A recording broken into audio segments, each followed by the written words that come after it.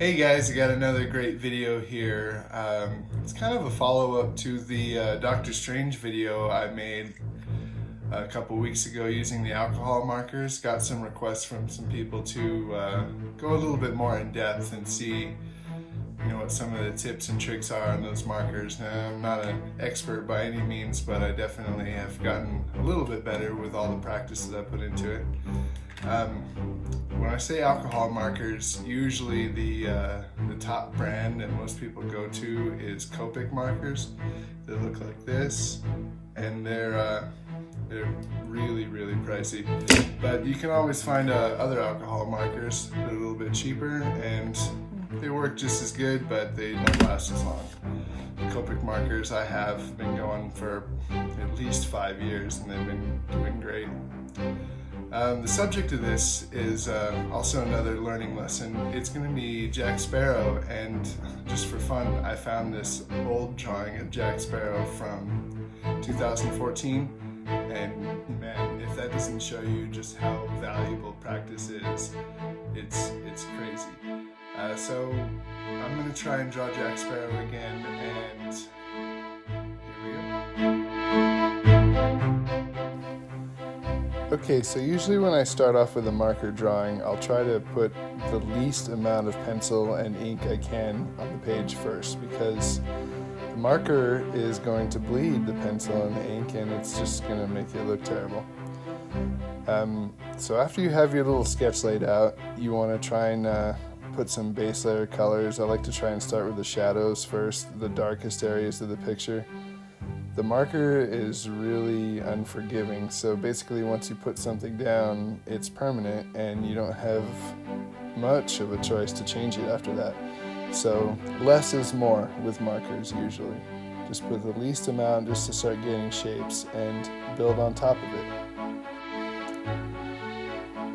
Using ink at any point during this process is a little questionable because it's very stark in comparison to the markers. But Jack Sparrow has these really dark features like this beard and eyeliner and whatnot, so I figure I can go ahead and lay a little bit of ink in for starters. Again, you don't really want to start using the marker over the ink that you just put down, because no matter what kind of ink you have, chances are it will bleed if it's still fresh, and that would just ruin your picture. One thing you may have noticed just there during the eye scene is the shakiness of the camera, and it all goes back to practice and learning things. I did fix that, and I cut out a lot of the beginning part of this drawing, which is sad, but mistakes happen and gotta keep on going.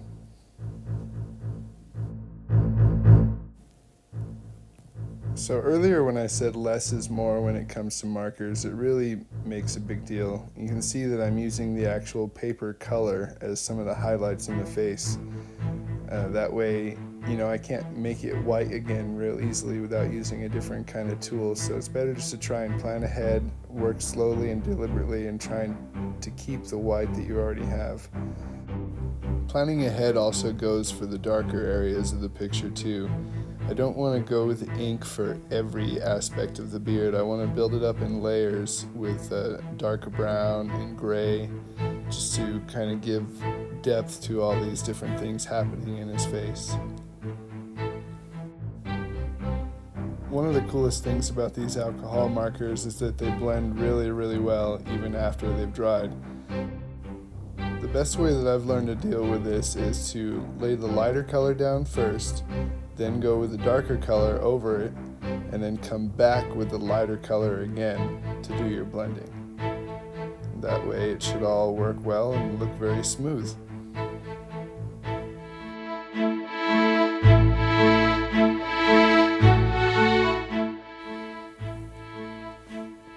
This whole thing is kind of a bravery test on you. Every single mark, especially on a face, is really going to make a big difference.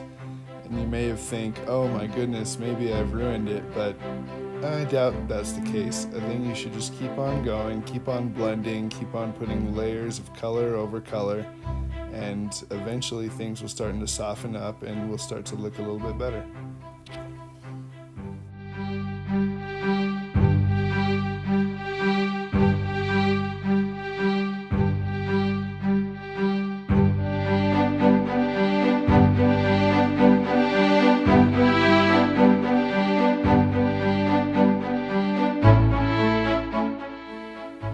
Make sure to pay close attention to your light source and where your dark areas are. You can start by adding a little bit of dark, like under the hair there, but if you add too much dark, you can't really take it away. So just go little by little with the dark to try and preserve those light areas that you already have.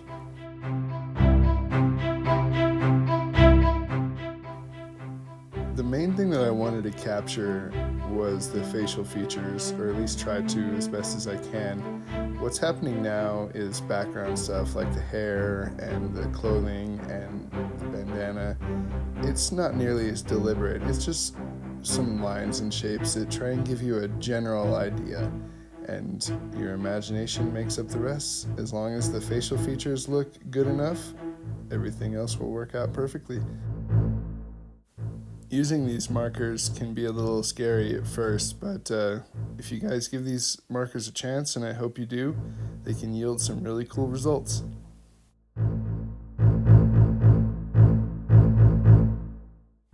Hey guys, hope you guys really enjoyed that one. If you haven't already, like this video, share it with your friends, subscribe, do all the things that the buttons on the bottom of the page tell you to do, and I'll see you next week.